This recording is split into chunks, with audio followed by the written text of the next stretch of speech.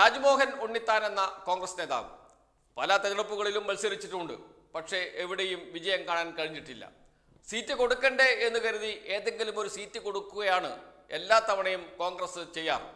അങ്ങനെ സീറ്റ് കൊടുത്തില്ലെങ്കിൽ ഇദ്ദേഹം കോൺഗ്രസിനെതിരെ രംഗത്ത് വരും. മൂർച്ചയുള്ള നാക്കാണ്. അതുകൊണ്ട് എന്താണ് പറയുന്നത് എന്ന് യാതൊരു പിടിയും ആർക്കും കിട്ടില്ല.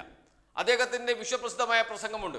അതും KPCC ഓഫീസിൻ്റെ മുന്നിൽ വെച്ച്, തുറക്കു സീസറെ എന്ന് പറഞ്ഞാൽ തുറക്കും, അടയ്ക്കു സീസറെ എന്ന് പറഞ്ഞാൽ അടയ്ക്കും എന്ന് പറഞ്ഞ് K മുരളീധരനെതിരെ നടത്തിയ ഒരു ഉഗ്രൻ പ്രസംഗം. അതിനുശേഷം അദ്ദേഹത്തിൻ്റെ മുണ്ട് വലിച്ചു ഊരി എറിഞ്ഞ സംഭവമൊക്കെ തിരുവനന്തപുരത്ത് ഉണ്ടായിട്ടുണ്ട്. അങ്ങനെ K മുരളീധരനും രാജ്മോഹൻ ഉണ്ണിത്താനും തമ്മിൽ നടന്ന സംഘടനമൊക്കെ നമ്മുടെ മുന്നിലുണ്ട്. അതുകൊണ്ട് തന്നെ കോൺഗ്രസ് നേതാക്കൾക്ക് പൊതുവെ പേടിയാണ് രാജ്മോഹൻ ഉണ്ണിത്താനെ. അദ്ദേഹം എന്താണ് ചെയ്യുക എന്ന് ആർക്കും പറയാൻ കഴിയില്ല. അങ്ങനെയാണ് എല്ലാ തെരഞ്ഞെടുപ്പുകളിലും അദ്ദേഹത്തിന് ഒരു സീറ്റ് നൽകുന്നത്. അങ്ങനെ 2019 നടന്ന ലോക്സഭാ തെരഞ്ഞെടുപ്പിലും സീറ്റ് നൽകി കാസർഗോഡ്. രാജ്മോഹൻ ഉണ്ണിത്താൻ തിരുവനന്തപുരത്ത് നിന്ന് കാസർഗോഡേക്ക് വണ്ടി കയറുമ്പോൾ അദ്ദേഹത്തിന് പോലും വിശ്വാസമുണ്ടായിരുന്നില്ല ജയിക്കുമെന്ന്. പോയി മത്സരിച്ച് വരാം എന്ന് കരുതി പോയതാണ്. മത്സരിച്ചാൽ മറ്റു ചില ഗുണങ്ങളൊക്കെയുണ്ട്. മുകളിൽ നിന്ന് കാശ് വരും, താഴെ നിന്ന് കാശ് പിരിക്കാം, സുഹൃത്തുക്കളിൽ നിന്ന് കാശ് സമാഹരിക്കാം. അങ്ങനെ വലിയ ഒരു തുകയും കൊണ്ട് തിരിച്ചു വരാം എന്ന് കരുതിയായിരിക്കണം രാജ്മോഹൻ ഉണ്ണിത്താൻ കാസർഗോഡ് മണ്ഡലത്തിലേക്ക് വണ്ടി കയറിയത്. പക്ഷേ നിർഭാഗ്യമെന്ന് പറയട്ടെ, ആരുടെ നിർഭാഗ്യം? കാസർഗോഡ് ജനങ്ങളുടെ നിർഭാഗ്യം എന്ന് പറയട്ടെ, അദ്ദേഹം ജയിച്ചു വന്നു. എന്തുകൊണ്ട്? അന്ന് രാഹുൽ ഗാന്ധി കേരളത്തിൽ മത്സരിക്കുന്നു, രാഹുൽ ഗാന്ധി ഇന്ത്യൻ പ്രധാനമന്ത്രിയാകാൻ പോകുന്നു.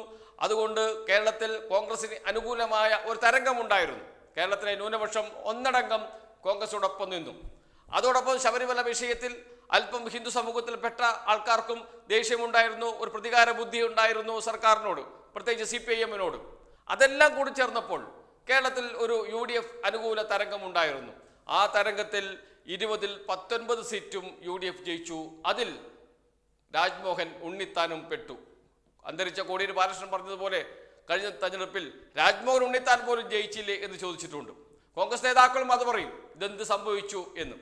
അങ്ങനെ ലക്കിൽ ജയിച്ചു വന്ന ആളാണ് രാജ്മോഹൻ ഉണ്ണിത്താൻ. ഇപ്പോഴിതാ 2024-ലെ തെരഞ്ഞെടുപ്പ് നടക്കാൻ പോകുന്നു. അദ്ദേഹം അവിടെ വീണ്ടും മത്സരിക്കുന്നു. ഒരു കാര്യം ഉറപ്പ്, വണ്ടി കയറാൻ തയ്യാറെടുത്ത് നിൽക്കുകയാണ് രാജ്മോഹൻ ഉണ്ണിത്താൻ. എന്തുകൊണ്ട് എന്നല്ലേ ഈ വാക്കുകൾ കേട്ടാൽ മതി. നിങ്ങൾ കോൺഗ്രസിന് പ്രസിഡന്റ് മല്ലികാർജ്ജുന ഖാർഗെ, അദ്ദേഹത്തോട് ചോദിക്കേണ്ട ചോദ്യം ഇവിടെ വന്ന് എന്നോട് ചോദിക്കണ്ട. പറയട്ടെ, ഞാൻ കാസർഗോട്ടെ പത്രക്കാരോടാണ് സംസാരിക്കുന്നത്. ഞാൻ കാസർഗോഡ് MP ആണ്. ഇന്ത്യയിൽ 54 MPമാരുള്ളൊരു MP ആണ് ഞാൻ.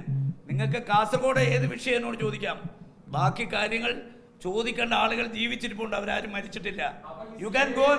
പറയട്ടെ, സംബന്ധിച്ച് പ്രാധാന്യമില്ലാത്തൊരു വിഷയമാണ്. അല്ലാതെ അത് ഇങ്ങോട്ടൊക്കെ നിങ്ങളോട് ഞാൻ സംസാരിക്കാൻ ഇഷ്ടപ്പെടുന്നില്ല.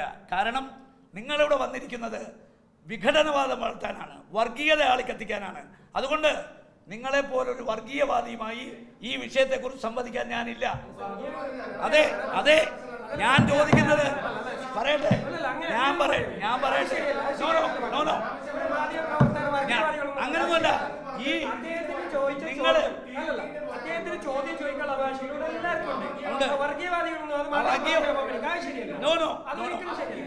ഇത്തരം ബാലിശമായ ചോദ്യങ്ങൾ ദയവായി എന്നോട് ചോദിക്കരുത്. വിനയപൂർവ്വം ഞാൻ അപേക്ഷിക്കുന്നു. കാസർഗോഡ് ലോക്സഭാ മണ്ഡലം ന്യൂനപക്ഷങ്ങൾക്ക് നല്ല സ്വാധീനമുള്ള മണ്ഡലമാണ്, പ്രത്യേകിച്ച് മുസ്ലിം ന്യൂനപക്ഷത്തിന്. മഞ്ചേശ്വരം, കാസർഗോഡ്, ഉദുമ, കാഞ്ഞങ്ങാട്, തൃക്കരിപ്പൂർ 7 മണ്ഡലങ്ങളിൽ, 7 നിയമസഭാ മണ്ഡലങ്ങളിൽ, 5 നിയമസഭാ മണ്ഡലങ്ങളിലും ന്യൂനപക്ഷ വോട്ടുകൾ, പ്രത്യേകിച്ച് മുസ്ലിം ന്യൂനപക്ഷ വോട്ടുകൾ നിർണായകമാണ്, അതിനിർണായകമാണ് എന്ന് പറയാം. അതുകൊണ്ട് തന്നെ ന്യൂനപക്ഷ വോട്ട് എങ്ങോട്ട് തിരിയുന്നു എന്നതിനെ ആശ്രയിച്ചാണ് അവിടെ വിജയപരാജയങ്ങൾ നിർണ്ണയിക്കുന്നത്. സാധാരണ LDFന് നല്ല മേൽക്കൈയുള്ള മണ്ഡലമാണ്. കഴിഞ്ഞ തെരഞ്ഞെടുപ്പുകളിലെല്ലാം LDF ജയിച്ചു വരുന്ന മണ്ഡലമാണ്. എന്നാൽ കഴിഞ്ഞ തവണ മാത്രമാണ് ഒരു മാറ്റമുണ്ടായത്. ഈ തരംഗത്തിൽ രാജ്മോഹൻ ഉണ്ണിത്താൻ ജയിച്ചു പോയത്. ഏതായാലും എന്താണ് അദ്ദേഹത്തിൻ്റെ മനസ്സിലിരിപ്പ് എന്ന് കാസർഗോഡ് ജനങ്ങൾക്ക് ബോധ്യമായിട്ടുണ്ട്. ഇന്ന് മുസ്ലിം ന്യൂനപക്ഷം അഭിമുഖീകരിക്കുന്ന ഏറ്റവും പ്രധാനപ്പെട്ട പ്രശ്നമാണ് CAA, പൗരത്വ ഭേദഗതി നിയമം നടപ്പാക്കാനുള്ള കേന്ദ്ര സർക്കാരിന്റെ തീരുമാനം. അതിനെതിരെ ഒരക്ഷരം മിണ്ടാൻ രാജ്മോഹൻ ഉണ്ണിത്താൻ തയ്യാറായില്ല. അക്കാര്യം മാധ്യമപ്രവർത്തകർ ചോദിച്ചപ്പോൾ അദ്ദേഹം പറഞ്ഞ വാക്കുകളാണ് പ്രേക്ഷകർ കേട്ടത്. ഏതായാലും ഒരു കാര്യം ഉറപ്പാക്കിയിരിക്കുന്നു, ഇതോടുകൂടി അദ്ദേഹത്തിന് കാസർഗോഡ് നിന്നും വണ്ടി കയറാം.